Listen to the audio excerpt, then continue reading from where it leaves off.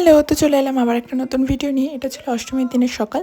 তো অষ্টমীর দিন আমি আর কোনো ক্লিপ নিতে পারিনি, এই একটাই ভিডিও ক্লিপ নিতে পেরেছিলাম, কারণ অষ্টমীর দিন আমাদের ওখানে প্রচণ্ড কাজের চাপ থাকে। কারণ ওই দিন সন্ধি পুজো থেকে শুরু করে অনেক কিছু থাকে, 108টা পদ্ম ফোটানো।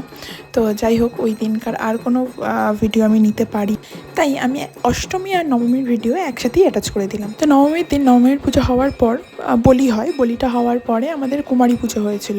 আর এই হলো সেই মিষ্টি বুড়ি, যে আগের ভিডিওতেও আমি দেখিয়েছিলাম, ওর হাতে মেহেন্দি পরানো হচ্ছিল।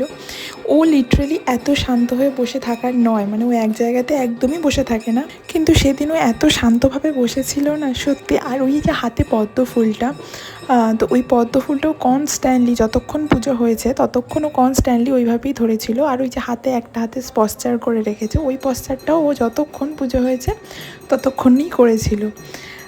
দেন আরও একটা বিষয় এত ভালো লেগেছিল ওর পুজো হওয়ার পর আমরা সবাই তো ওকে প্রণাম করছিলাম, মানে সবাই এসে যখন ওকে প্রণাম করছে, ও না সুন্দরভাবে তাদের মাথায় এত সুন্দরভাবে হাত বুলিয়ে দিচ্ছিল, মানে যেন সত্যি স্বয়ং মা দুর্গা এসে আমাদের আশীর্বাদ করছে।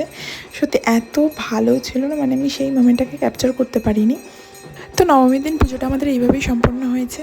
তোমরা পুজো কেমনভাবে কাটালে সেটাও আমাকে অবশ্যই কমেন্টে বলো। আর জানো তো, এইটা আমাদের এখানেই প্রথমবার হলো, মানে এই কুমারী পুজোটা আমাদের আগে কোনো বছর হয়নি, এবছরই প্রথম হয়েছে। তো আজকের ভিডিওটা আমি এখানেই শেষ করছি। চলো, টাটা।